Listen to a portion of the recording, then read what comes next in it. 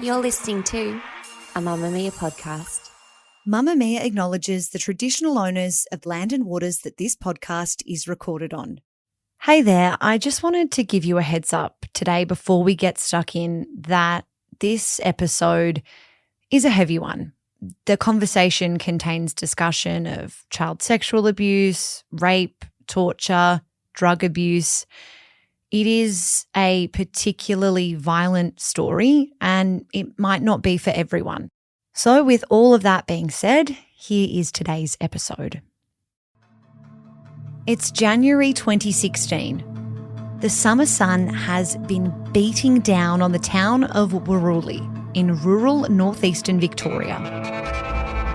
With temperatures soaring into the mid to high 30s at this time of year, police have entered day 6 of their gruelling search for local woman Karen Cicutti. The 49-year-old hasn't been seen since Tuesday, the 12th of January. CCTV footage placed the mother of 2 at the local supermarket earlier in the day before she visited the local pub that night. But when Karen didn't show up for work at the rural city of Wangaratta Council the next morning, alarm bells were raised.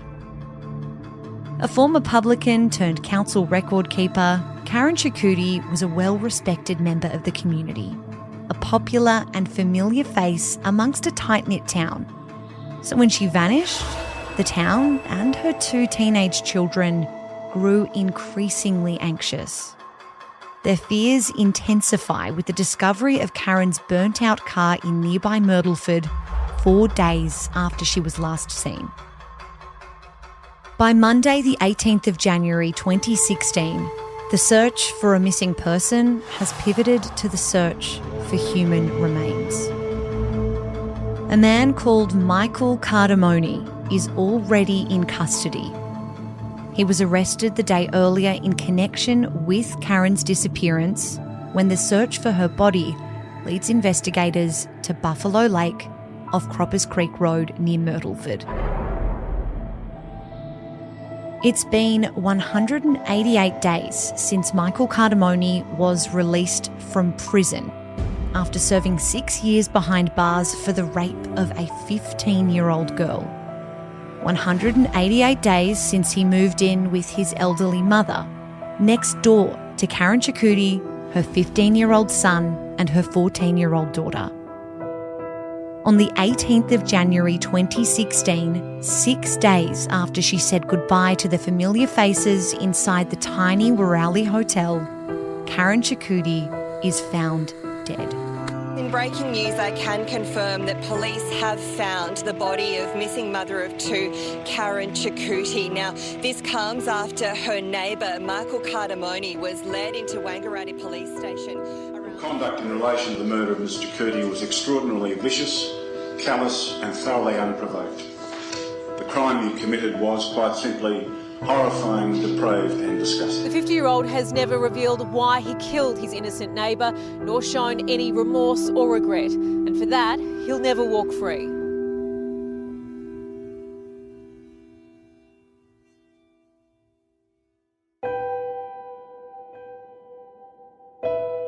I'm Emma Gillespie and this is True Crime Conversations, a Mamamia podcast exploring the world's most notorious crimes by speaking to the people who know the most about them.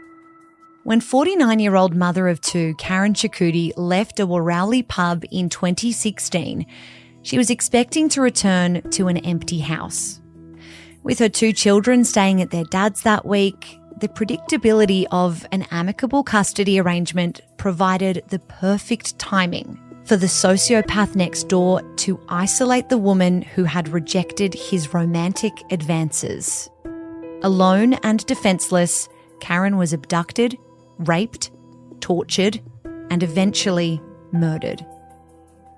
After the arrest of Michael Cardamone, it came to light that he was a convicted child rapist who'd been released from jail on parole just 6 months earlier, raising questions within the community about how another Victorian woman could be killed at the hands of a man who'd already proven themselves to be a violent offender.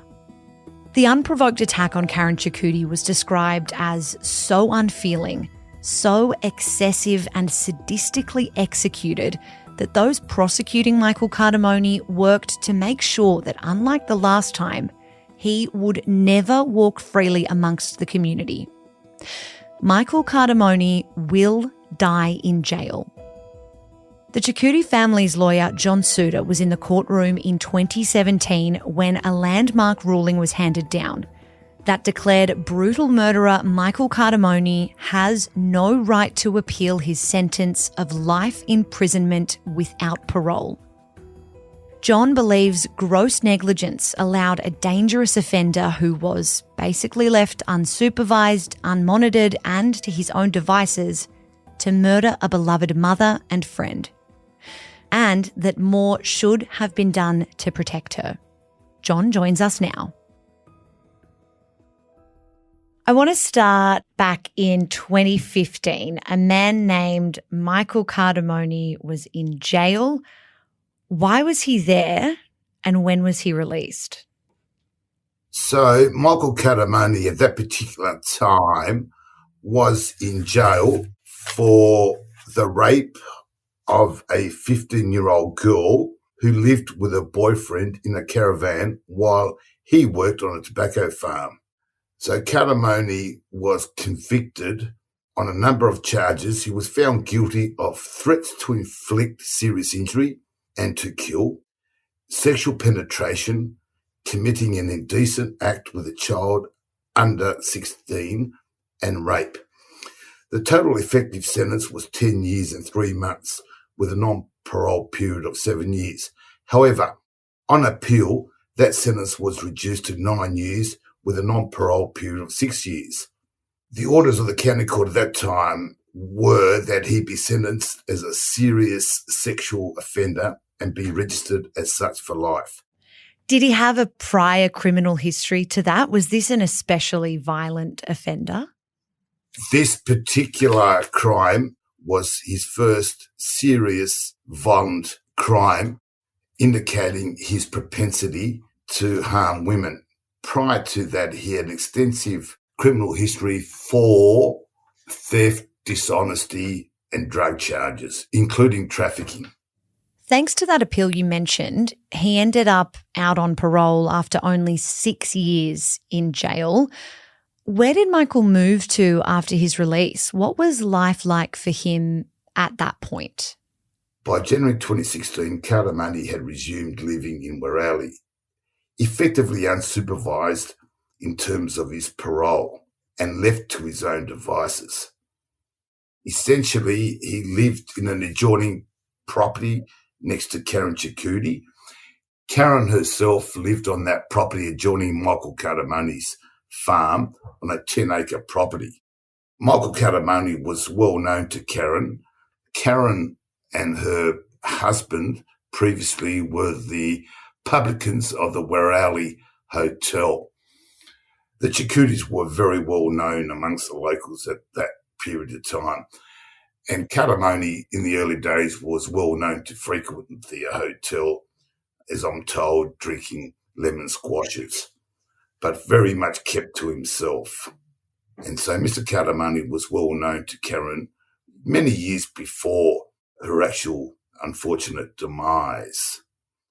Werrowley is a small country town, over 250 k's northeast of Melbourne, a population of about 400 people. So we know that it's quite a close-knit community. At the point when Michael Cardamone is released and moves onto the property next door to Karen Cicutti, what was Karen's life like? She was very well respected within the Wangaratta and Werrowley community.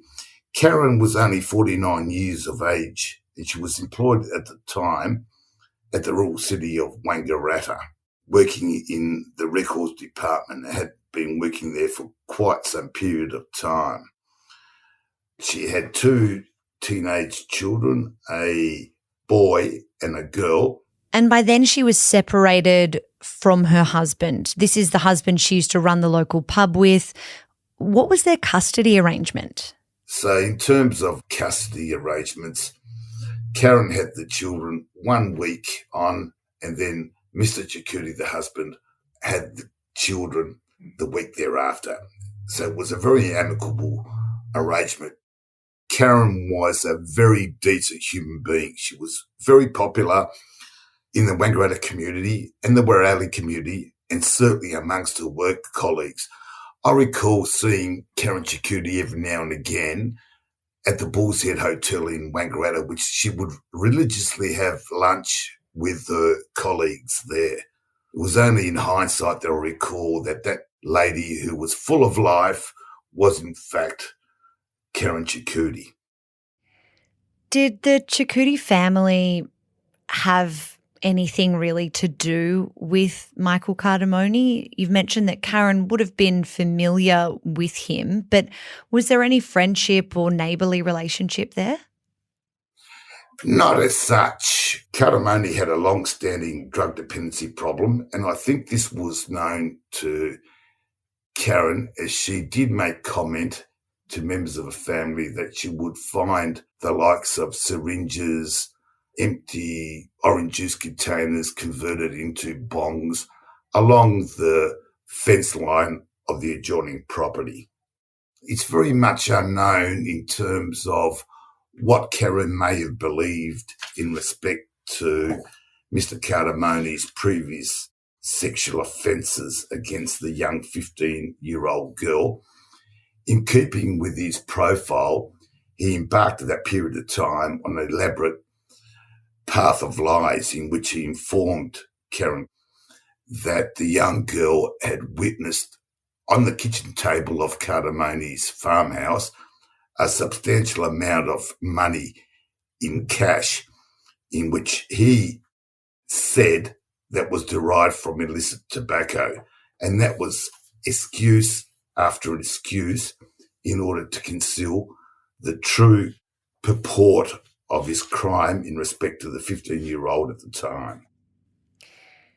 Is there a chance that Karen Cicutti might have known she was living next door to a convicted child sex offender, should she have been told when he was released on parole?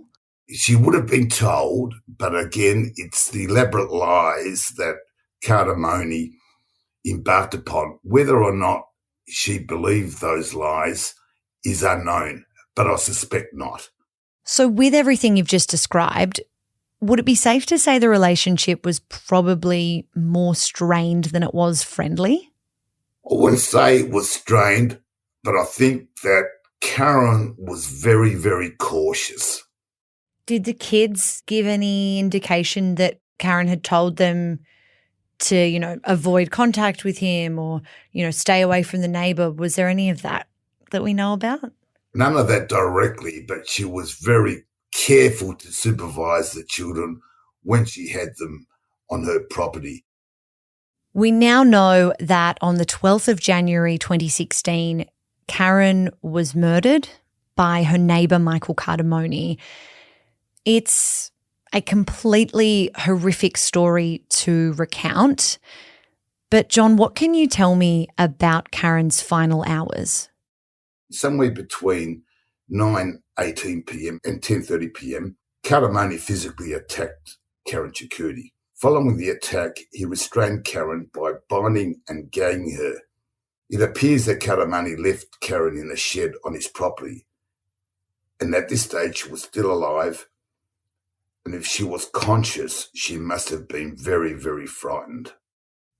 At this point, it's understood that Michael was looking to score drugs. So he abandoned Karen Cicutti to go and purchase and consume illicit substances. It's certain that he was drug affected that night, but do we know what his drug of choice was? Amphetamines and the like. There was a concoction of a number of drugs. He had a very significant past history of drug use going back to his teenage years. He used drugs in very significant quantities. After obtaining drugs, Cardamone must have decided that he would kill Miss Cicutti. And approximately 3:30 a.m. on that fateful night, Cardamone, in his Nissan Patrol vehicle, drove to Murderford and had Mrs. Chakouti in the car. The evidence of the phone tower contacts indicated that 2.5 hours elapsed while Katamoni was in the Lake Buffalo area, about 20 kilometres from Murderford. It was certainly during this time that Katamoni murdered Miss Chakouti. Having taken Karen to the vicinity of Lake Buffalo in the early hours of 13 January 2016 and using her skirt, cable ties and duct tape, he bound and gagged her. At some stage, Katamoni administered drugs and injected battery acid into her. He inflicted severe injuries to her head and torso. The blows to her head caused a fracture of the skull to the right side and extended inside the cranium to the midline. Katamoni fractured 6 of Karen's ribs, and the signs of hemorrhage indicate that when this occurred, she was still alive. I've never heard of anyone being administered with battery acid, everything that was injected into her at that time. Do we know much from the postmortem about what that can do to a person, what she might have experienced? Yeah, well, she was also administered with a heavy-duty vet drug. And so she may have been quite sedated, but notwithstanding that, she would have been horribly fearful. As Karen Chakouti clung to life, Michael Katamoni bound her, doused her with petrol, and set her alight in a final callous act that would ultimately kill her. The presence of chemicals found in petrol were identified in parts of Karen's body, revealing she inhaled these toxic vapours whilst she was still alive.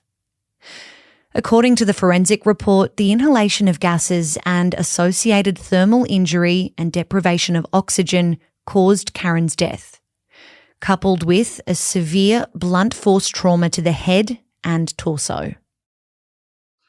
After Karen had died, Katamoni was still not satisfied and used his four-wheel drive vehicle to drive over her body, causing injuries to other parts, including fractures of the vertebrae, pelvis, and scapula. Having done these horrible things early in the morning on 13 January 2016, Katamoni returned to Murderford and then on 3 occasions thoroughly washed his vehicle at a car wash in Murderford. The alarm is raised quite quickly that Karen is missing.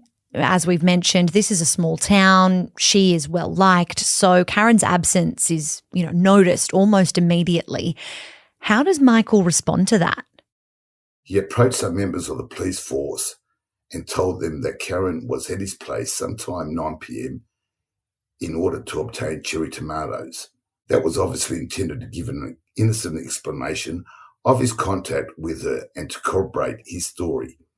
He actually placed a container of those tomatoes in her refrigerator. Notably, however, the container bore only his fingerprints and not hers. Later that night, Katamoni again went to Murderford in order to obtain drugs. He saw Eddie George to obtain those drugs. George, who became a prosecution witness, agreed to assist in destroying Karen Chakouti's Citroen. George agreed, and ultimately sometime after 4:30 a.m. on 14 January 2016, Katamoni took Karen's vehicle to a location in Halls Road near Lookout Hill, close by, where she was found, where the vehicle was later incinerated. Having done that, Katamoni, without any regret, took every conceivable action to avoid responsibility for Karen's murder. The callousness on any view of Katamoni's conduct and lack of any regret was extraordinary in the circumstances. Everything he said to the police was designed to divert them from the truth to protect him from being charged. Was Michael Katamoni suspect number one from the get-go, given that, if investigators looked across the back fence, they would have known that this was a missing woman living close to a violent convicted child sex offender? The police interest in Katamoni was very quick. He was the primary suspect. Did he cooperate with police in the early investigations? Not at all. He embarked upon an elaborate series of lies in order to cover up what actually occurred. What Katamani said about Karen Chakuti's death on the 18 occasions he provided explanations were all designed to mislead police and, in fact, incriminate others. As the days went on in the aftermath of Karen's disappearance, Michael Cartamoni's lies continued and escalated from the bizarre to the sinister. From the story that Karen had dropped into his house to pick up a punnet of tomatoes, to contacting his solicitor 4 days after she vanished to report that he had been kidnapped by 2 men.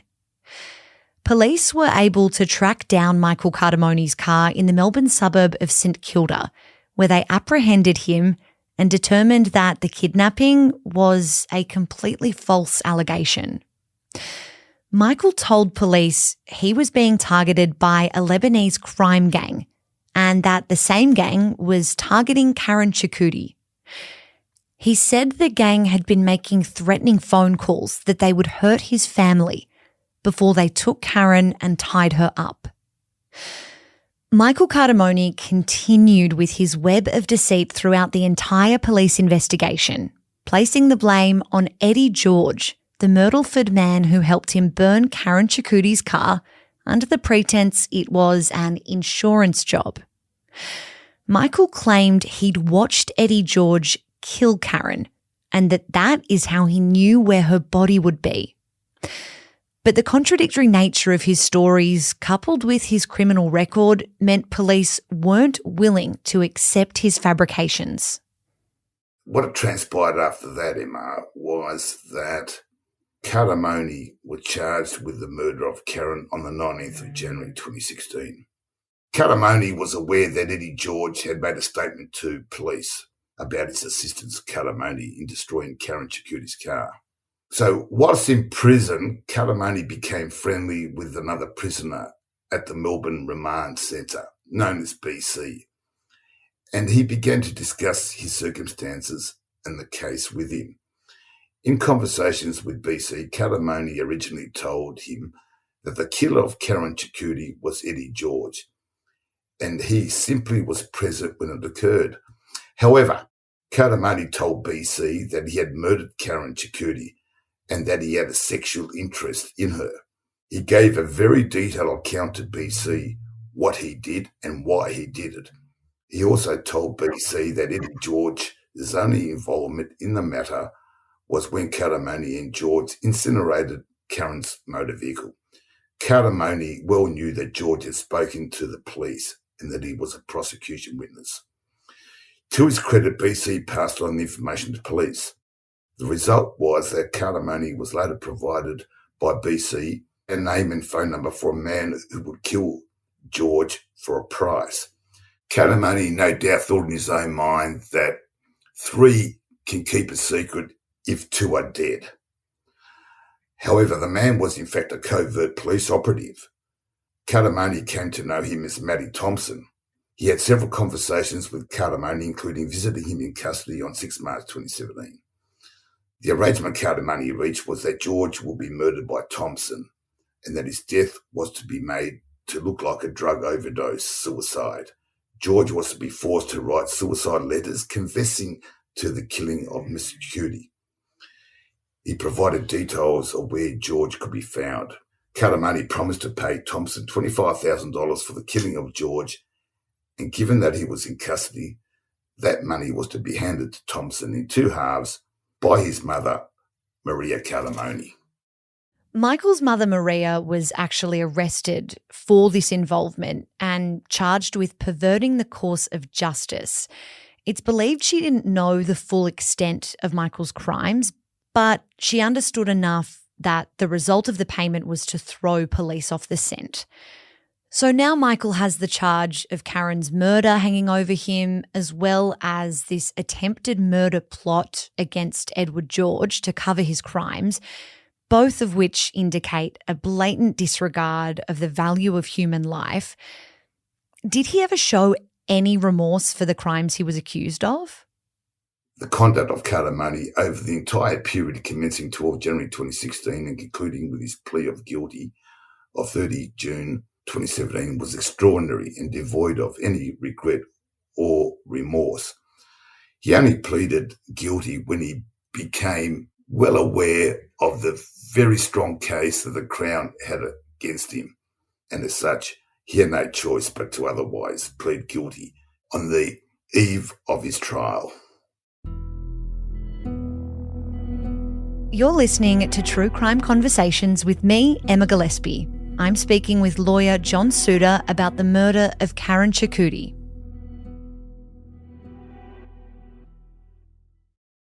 Based on what happened to Karen at the hands of Michael Cardamone, every murder is horrifying, but this case in particular is incredibly violent, unbelievably so.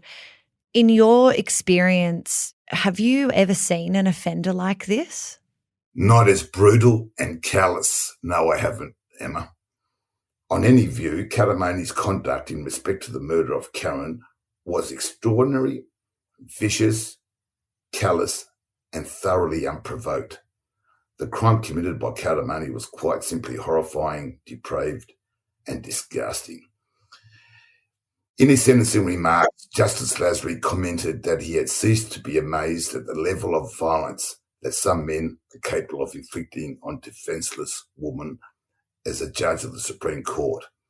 But what he did to Karen Cicutti over a number of hours, and for no apparent or logical reason, indeed amazed His Honour Justice Lasry, particularly against the background that Justice Lasry is a very experienced senior member of the Supreme Court and have conducted many, many murder trials over the course of his career. Given what we know about his crimes, what has been said about the mind of Michael Cardamone? What do we know behaviourally, psychologically about the mind of a killer like this?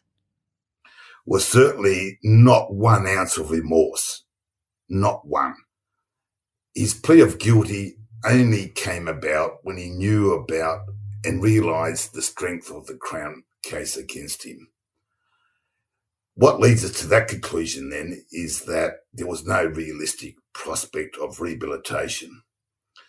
Now, ultimately, Justice Lasry noted that to refuse to fix a minimum term is an exceptional step and is a dreadful punishment, but this was a horrible, dreadful crime. His Honour noted that civilization is judged by how we treat people like Cardamone, and sometimes mercy is appropriate. However, sometimes, as in this case, a crime is so horrific, so cruel and so callous that a step towards mercy becomes too difficult to take. Correctly, Justice Lasry refused to fix a minimum term, and accordingly Cardamone will die in prison, as he deserves to, and a much more comfortable life than Karen had during her horrible demise over those hours. And undoubtedly his demise will be nowhere near the cruel, horrible death suffered by Karen. Michael Cardamone will die in jail, as you said. He is the first killer in Victoria without a previous murder conviction and who pleaded guilty to receive that sentencing. How significant is that precedent, especially given that there is a perception that a guilty verdict often means, a discount or some sort of bargaining on the sentencing? How big of a deal is that? And do you think he would have seen it coming? Well, having said that, Emma, if he had admitted to his crimes early in the piece, that may have gone some way to a reduction. But to plead guilty on the eve of his trial and only knowing at that stage how strong and watertight the prosecution case was against him, that in itself bodes against any remorse that he pretended to express, and correctly His Honour declined to effect a non-parole period. What happened during the trial when that ruling was handed down? Did he seem shocked, perturbed? No, I was there and I looked him in the eye at the time that the sentence was pronounced. He did not flinch. What was it like for you being in the room at that point, having spent your career in the legal and justice system, having an unprecedented sentence like that handed down? Can you talk me through that moment? I must say it did have a personal effect on me, particularly given that I acted on behalf of the Cicutti family. Very decent family, very decent children, having spoken to them in a lot of detail about the effects that the death of a mother has had upon them. It did have a substantial emotional effect upon me.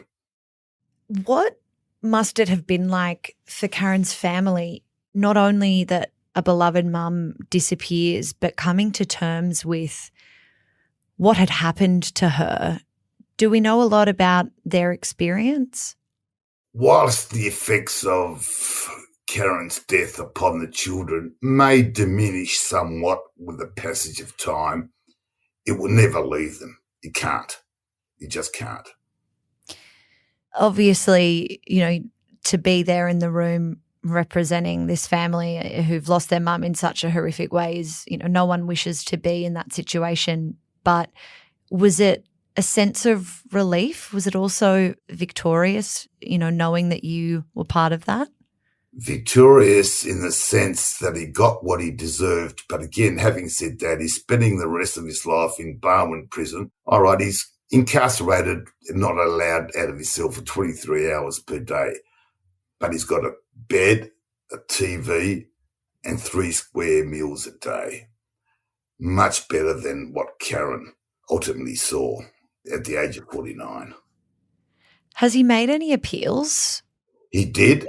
I have carefully looked at His Honour Justice Lasry's decision, and my first thought upon reading it for the first time, it is that watertight and well considered in terms of reasoning that it was unappealable, and if any appeal was to ensue, it would be subjected to spectacular failure, and that's what ultimately occurred in the Court of Appeal. They refused to overturn His Honour's reasonings in the first instance. John, you ended up representing the Cicutti family throughout this ordeal. What was your involvement in this case? So initially I was instructed to make an application under the Sentencing Act for compensation, given that the state of Victoria had confiscated assets owned jointly by Carter Money and his mother, namely the Werrali farm, and there were funds set aside to be distributed to victims. That was the first approach that I received from the Cicutti family. Thereafter, it was my advice to them that given the circumstances, Cardamone was on parole. He was left to his devices in Werrali, unmonitored, unchecked, not checked by the Department of Justice in Wangaratta. There was a cause of action, in my view, against the state of Victoria in negligence for not properly monitoring him in those circumstances, allowing him to range freehold all over the northeast of Victoria, unsupervised and unrestricted. So I was instructed to investigate a possible cause of action against the state of Victoria. Once I was able to obtain documentary evidence, it became evident to me that it was a strong case. The state of Victoria conducted a robust defence to begin with.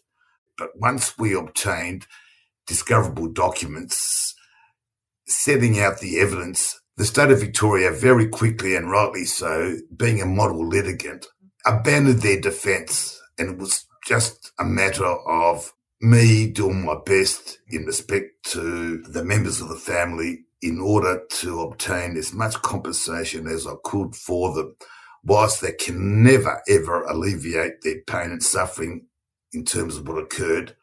At least that makes their lives somewhat comfortable. When we look to other high-profile cases that are perhaps comparable, the Frankston murders in the headlines right now, we spoke about on the podcast very recently that he may be able to walk, he is eligible for parole, a serial killer. the murder of Jill Meagher, killed by someone on parole after he had raped 5 women. Michael Cardamone on parole, released from prison after raping a 15-year-old. Is there something bigger here worth interrogating in this country when it comes to the parole system? Yes, well, I think that there is systematic errors within the parole system. Having said that, it is difficult with the resources available to properly administer the terms of parole, but that is no excuse, and it can't be any excuse. Why is it so complicated? I'm interested in, your legal expertise and experience, that for the everyday person, we read these headlines and it just seems unimaginable that people can walk free after those situations. But what are some of the complexities in decision-making that we should understand? Well, some criminals are very cunning in terms of how they express themselves before the parole board, but one would have thought that members of the parole board would be able to see through deception and self-validation and self-justification, and I'm a changed person and I want to live within the community as a law-abiding citizen and contribute to society. The reality is that the system has limited resources available to it. Given that Michael Cardamone was a repeat offender, he hadn't murdered anyone before Karen's tragic death, but he was sexually violent, he had stolen, a history of drug abuse. Does that give us an insight into repeat offending and failures in the system to rehabilitate people in those earlier days of the more petty crimes? I think there were some thefts when he was a teenager, stuff like that. Yes. Well, those convictions that he had when as a teenager, they're all non-custodial. And what appears to have motivated him in terms of this horrific crime was a sexual interest in Karen. And it appears from the evidence that she declined his advances, and that really set him off, given the circumstances. He was unable to accept rejection. Based on your time with Karen's family, what is most important to them going forward in honouring the legacy of their mum? How do people want Karen to be remembered? As we all do in the northeast of Victoria, a very decent woman, well respected and very well liked within the local community.